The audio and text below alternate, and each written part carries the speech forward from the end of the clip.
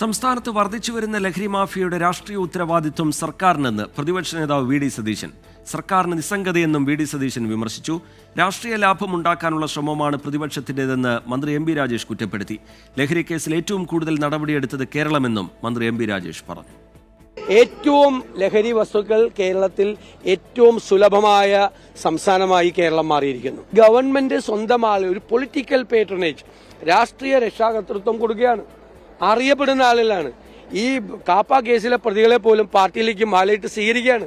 പത്തനംതിട്ട മന്ത്രിമാര് പോയി മാലയിട്ട് സ്വീകരിക്കുകയാണ്. അപ്പൊ ക്രിമിനലുകളും ഗുണ്ടകളും ലഹരി മരുന്നും മാഫിയയും അരിഞ്ഞാടുന്ന സംസ്ഥാനമായി കേരളം പോയി. പോലീസിന്റെ കൺട്രോളിലോ എക്സൈസിന്റെ കൺട്രോളിലോ ഒന്നുമല്ല.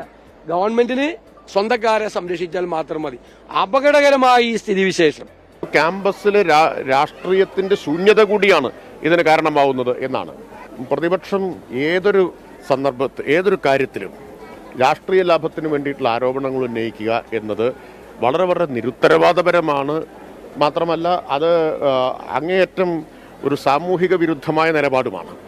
സമൂഹം എന്ന നിലയിൽ ആകെ നേരിടേണ്ട കാര്യം പ്രതിപക്ഷവും ഭരണപക്ഷവും എല്ലാം ഒരുമിച്ച് നിന്ന് നേരിടേണ്ട ഒരു കാര്യമാണ്.